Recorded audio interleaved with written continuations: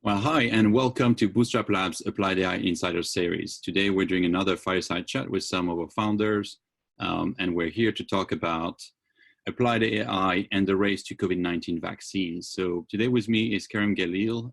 He's the founder and CEO of Mendel Health. Thank you for joining us, Karim, today. Could you please introduce yourself and maybe tell us a little bit more about your company? Sure. Thanks, Ben, for having us on this fireside chat. So my name is Karim. I'm the founder of Mendel Health, and in my past life, I was a physician. Now I'm practicing medicine using artificial intelligence rather than like therapeutic drugs. So that's what I'm doing now. Great. Well, so maybe you recently made a bit of an announcement around, trying to join the fight for COVID-19. Originally, the company was targeting really oncology applications, but obviously the general purpose AI engine that you've built is really multifaceted and could be applied to different domain. And so I think, why don't you tell us a little bit about thinking there when this crisis is starting to hit, and thought about how can I, as a founder and as someone that's really kind of look at the field of medicine, kind of help and contribute? Sure. Let me start off explaining what Mendel is, and then how we ended up building a search engine for COVID-19. So the idea of Mendel is very simple. Mendel is a machine that understands medicine. Today, there's a lot of hype around AI, and especially in healthcare, but it's rarely that you find an AI system that is able to understand medicine. What I mean by that is it is able to understand what's between the lines rather than to understand the words. It understands if the patient is on ACE inhibitor, it means it's most probably a hypertensive patient, for example.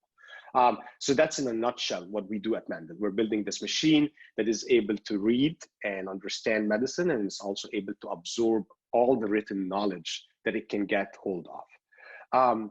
When we first started, and I'm sure you'll appreciate that, the more general your AI system, the more or the less precise the quality of the outcome can be. So we decided to focus on healthcare, and within healthcare, we decided to focus on one therapeutic area and grow from there. And we decided to focus on cancer. The idea was cancer comes in with a lot of comorbidities. If you're able to codify cancer, then it's going to be an easier job to codify any other therapeutic area. So we wanted to start with the hardest therapeutic area to tackle first. And that's what we did. And then when the COVID-19 pandemic started happening, we really didn't know how we can contribute, but then we saw an announcement by the White House that they actually opened the database of all the publications, more than 50,000 publications that have to do with coronaviruses. And we decided, well, this sounds like what we were built to do, a machine that can understand medicine. So we ingested this database and we started, as I said, codifying the knowledge in there and making it searchable so that a user is able to log into a Google-like search engine with one big difference. It's a medicine version for Google, if I would say. Right. So talk a bit about who are the people that would use that product, right? Is that me going out and being just curious about what I could find in there, or is it more like really aimed at doctors, scientists, and others? We actually, when we were addressing that, we didn't have in mind who's going to be the user for the product. What we wanted to do is we sincerely were curious to see what's in the literature. What I can tell you is after we launched the product, we have seen so far more than 800 unique visits in a few days to the website. And the average session is like 4 minutes, which means that the user is actually using the search engine. And the feedback that we got can be divided into 3 main categories. We have seen physicians who are on the front lines of the pandemic, and they're very curious to answer questions. They want to know, okay, what is this all hype around hydroxychloroquine? Is it true or not? And the search engine became like a source of truth, if I would say, for them. We have also seen people who are more into the back end of research. I'm talking about pharma companies, epidemiologists, even independent researchers who are curious to sift through their literature and try to come up with new hypotheses, if I would say. Mm-hmm. The third is just average Joe. Like I'm seeing my brother, for example, going to the the system. And so the funny story, he was talking to me yesterday, and he was saying that he really needed to know if there is asymptomatic transmission for COVID or not, right? So if you go to Google today and you put asymptomatic transmission, you'll find a lot of noise, right? You'll find a lot of blog posts, a lot of news. Everyone can say whatever they want. Right. But when you search through our system, you're getting science. You're basically getting literature that proves or disproves the point. Right. So we have seen, and I mean, it's obviously normal because you're curious to know what's happening, right? I'm curious to know what's happening. So it's not built for one specific user. And there's a lot of applications that we have seen coming out of that. Well, I mean, yeah, some challenge, of course. I think it's really, you know, people tend to say self-diagnose and be concerned and worried, and they might misinterpret these things, right? So, I mean, it is ultimately geared for the professional, but I think what you've done is being able to make it accessible, right? Which is different. I think we see that in a lot of the different AI companies in our portfolio. They are looking at how do I make AI more accessible across the spectrum of the users, right? Whether they are people in the sales departments, people in the customer support departments, they don't have to be the scientists. This is how you really empower organizations to access to very powerful technology without making it complex, right? You release the product, hundreds of people have been using it and searching on it. It looks like there was a discovery that was made recently as kind of an indication of what's possible with it. Could you share a little bit more about that? Sure. So if you search for, if you put a query like COVID-19 and potential treatments, for example, what the system will do is will sift through the records, not for the word potential treatment or for the synonyms of it. It's actually going to read and find in context if there is a mention of something that word on coronaviruses. And that's what we have done. We tried this very simple query, COVID-19 potential treatments, and we can potentially do that on like share screen and do this together. Right. And then we went through the treatments, and you see a lot of antivirals, you see like HIV drugs, you see a lot of drugs that you're hearing about in the media. But then one researcher saw that there is a mention for a hypertension drug, a calcium channel blocker. And this is kind of interesting, right? Like, what does a hypertension drug have to do with coronaviruses? And there is a lot of good literature that shows that it actually can stop the replication of the virus. Right. So that's a very interesting use case or a repurposing for an existing treatment. So we contacted the sponsor or the manufacturer of the drug, and we asked, hey, are you guys aware that you have this drug that has been out there in the market for years and it can't stop the replication of the virus? And they said, we actually don't. That's pretty interesting. And that's, you know, it's a great use case for AI. It's finding the needle in the haystack. We as human beings are perfect in making conclusions that are biased because we cannot ingest all the data points one shot, right? But anyways, we reached out to them and they said, yeah, we didn't know about it. And that for us was like, awesome. It actually seems we can expand that. So now we started not a competition, but we made a call for people to use our product. It's actually available now for free, so we're not charging for it. And we asked them to. If someone wants to go, for example, right now and use it, where would they want to go? COVID-19.mendel.ai.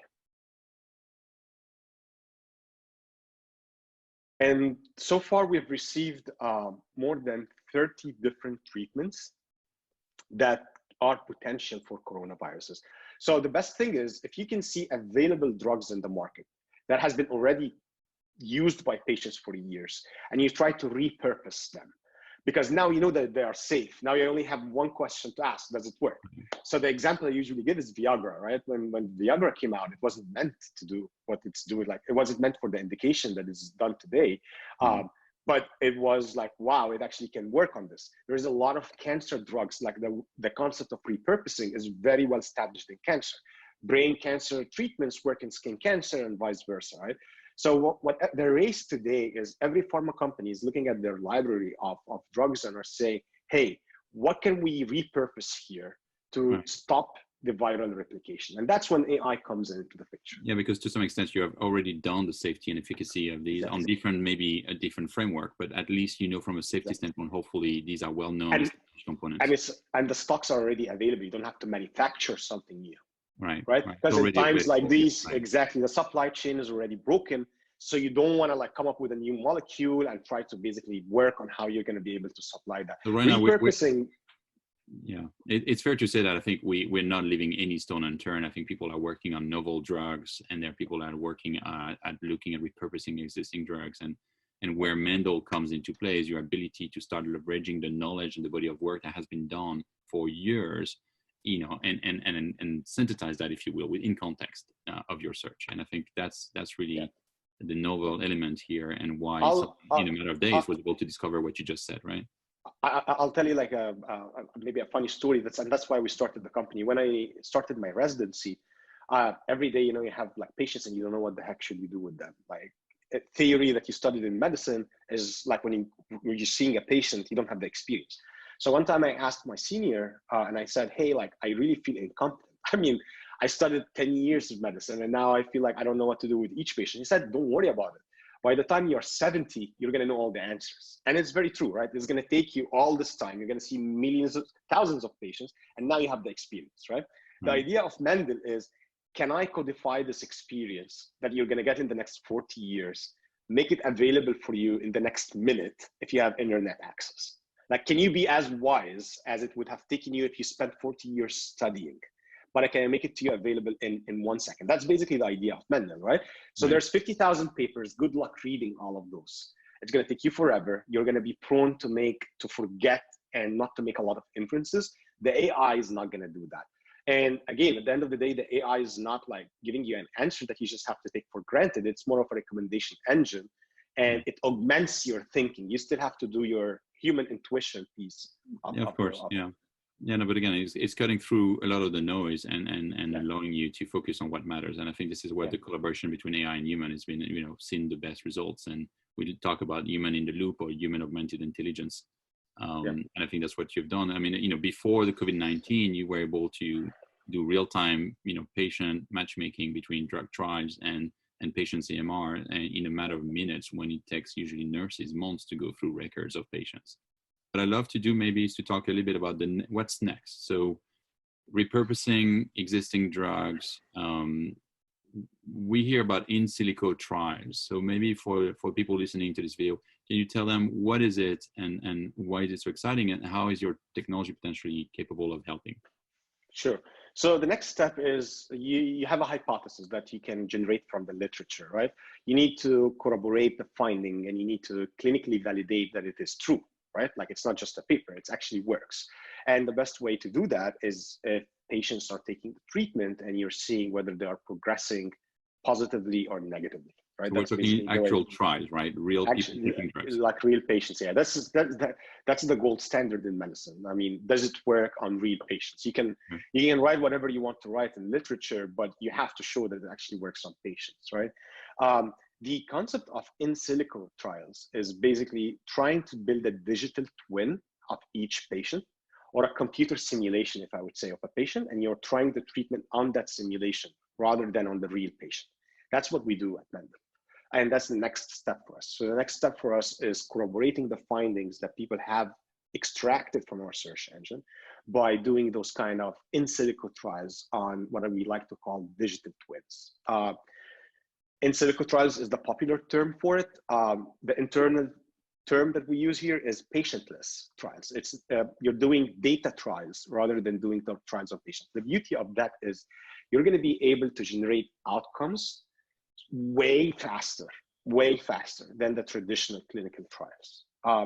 A lot of people have a lot of concerns around the accuracy of that, or how clinically accurate is that. And we can spend a whole session talking back and forth about it. But what I can say is, forget whether it's accurate or not. It's going to be your best approximation, whether you should seek a proper trial after that or not, right? So take, for example, the hydroxychloroquine.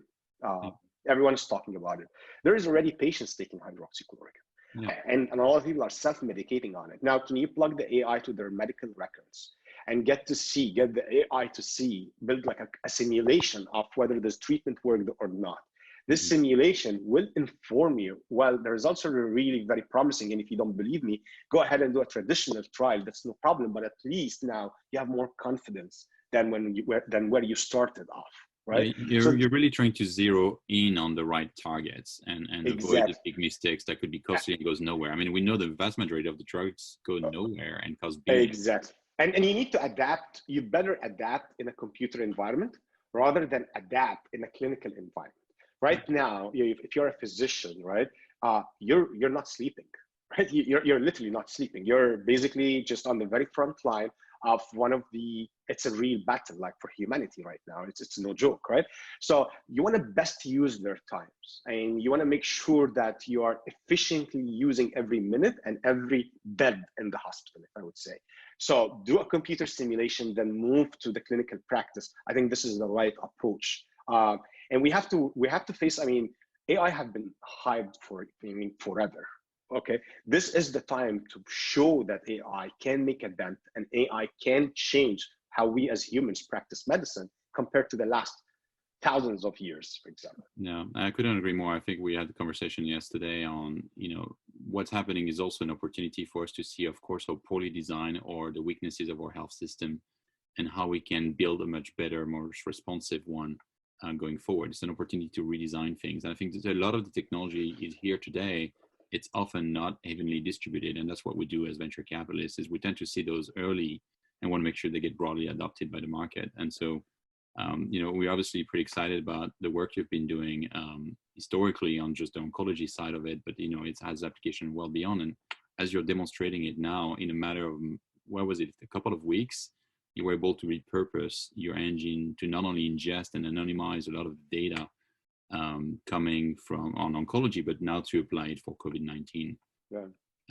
So yeah, very exciting, very exciting, and really, proud of your ability to iterate quickly and make that technology available today to people. So again, just to reiterate, people can go on covid19.mendel.ai and start searching that body of 50,000 research papers that have kind of been released. And of course, if pharma companies and others want to work with you, they can reach out and they can start thinking about how they ingest their own data. We started today a discussion with one of the top 3 pharma companies, and the goal here is they want to do this computer simulation of how a treatment would work on several molecules that they have, or several assets that they have. And the inspiration came from the papers. What they have done is, like, their researchers used the search engine. Now they have some theories, and they were like, hey, can we crash test that with AI rather than going and like using the resources? The funny thing is, they were saying we have millions of dollars to fight COVID-19, but we do not find resources to be able to access patients. Nobody is available for us, basically, right? So the problem here is an efficiency problem, not a money problem. And I think this is where AI shines, I would say. Fantastic.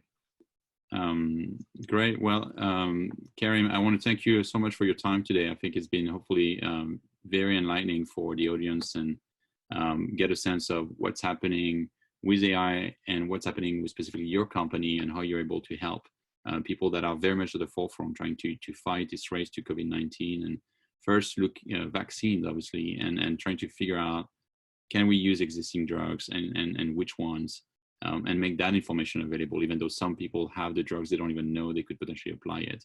And then also accelerate testing of new compounds, to your point.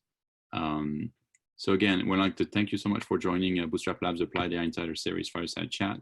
With that, maybe we end with recording a short demo of your product so people can actually watch it in action. So this is basically the search engine.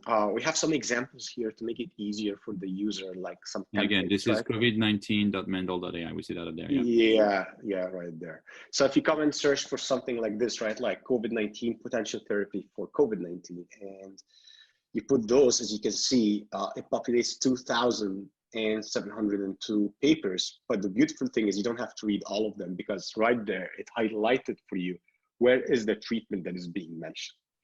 Right. So this is the power. The power here is understanding that these are a potential therapy for COVID-19. And you type that in plain English, potential therapy for COVID-19. Exactly. We can try something else. For example, if you come and you search for, hey, what are the risk factors for COVID-19? And what it will do is it will, you see, for example, healthcare providers, because those are high risk group. So the AI understand that the word risk is related to this. Then now you have 122 papers only talking about that. Here's how I personally like to use that system. If I search for something like COVID, and it also has an autocomplete to basically help you out, and I look for something like say therapy, right? Okay. Sorry, I would like to try treatment actually.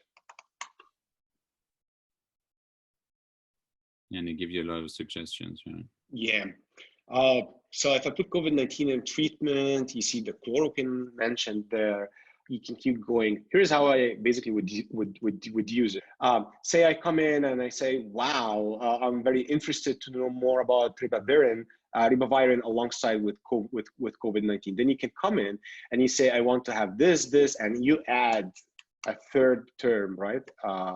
And now you're shortlisting from 4,000 something papers to only 591. So you're zooming in. So the idea is zoom out, zoom in kind of a thing using the system. You can also ask interesting questions, for example, like the transmission, like what do we know about COVID-19 and transmission, like what kind of transmissions have been recorded. And you can see right there's like 3,000 something papers, and you see things like vertical transmission, which is basically a mother to a fetus kind of transmission. It understands that. Yeah, there was a lot and it's always around that, yeah. Yeah, and there's always easy to just open and go to the main document, right, to the main paper. And while reading, if you want to search within that, again, zooming in, you're able to search for it. So if you want to say like COVID-19 transmission, and you want to add a third term that you're looking for, you can always do that, and you don't have to pick the right. You don't have to pick which word you should do. You can ask by concepts, and the AI will get the context of the paper. I hope that was helpful. And no, that's great. I think that's a great quick visualization of the product. And again, you know, this is what you can do kind of on the public side. You can certainly work more closely with people in the industry to not only ingest these research paper, but also to start ingesting patients' medical records. And you've built all the plugins, and you can do that on the fly and anonymize the data as well, which is obviously very important in the industry. See, this is the one that I was telling you about, the hypertension drug, diltiazem. And there's there's like 9 papers discussing that. Some of them actually did a trial in 2019, which is very recent, right? Very recent, yeah. Very, very recent. And this is just a brand new paper. I didn't see this before this session today. So obviously there is one now done in March. CC, this is basically the idea. The idea is validating findings real quick using the system. So if today you could have kind of a request to people that are watching this video, what would be the most helpful to help you as a company, to help you make sure that your technology gets used as best possible? The help that we would really appreciate is helping us getting access to patient data. What I mean by that, getting access to hospitals who are willing to share the patient data, so that we're able to build those computer simulations, as I said, or building this big computer simulation, and we're able to run in silico trials. It's worth mentioning that Mendel also built, and you know that, we built a technology that allows us to de-identify the data on premises, and we have third parties validating that. So the idea is a hospital is not going to be sharing personal information. We're not going to even know who the patient is. They will be using a de-identification engine, and all what they will be sharing with us are basically the clinical piece of the record, what actually happened from a clinical perspective. Any facilitation to be able to access this data will accelerate our ability to build those computer simulations, and as a result, accelerate clinical trials. Right, and then maybe just for reference, you already have some of these medical records. I mean, how many do you have today? And how many new centers are you working? Mendel today have access to over 2 million patient lives, and we're working with over 15 clinical institutions. Some of them are also in Europe, this is our bread and butter. Our bread and butter is creating those computer simulations without any kind of security or privacy concerns.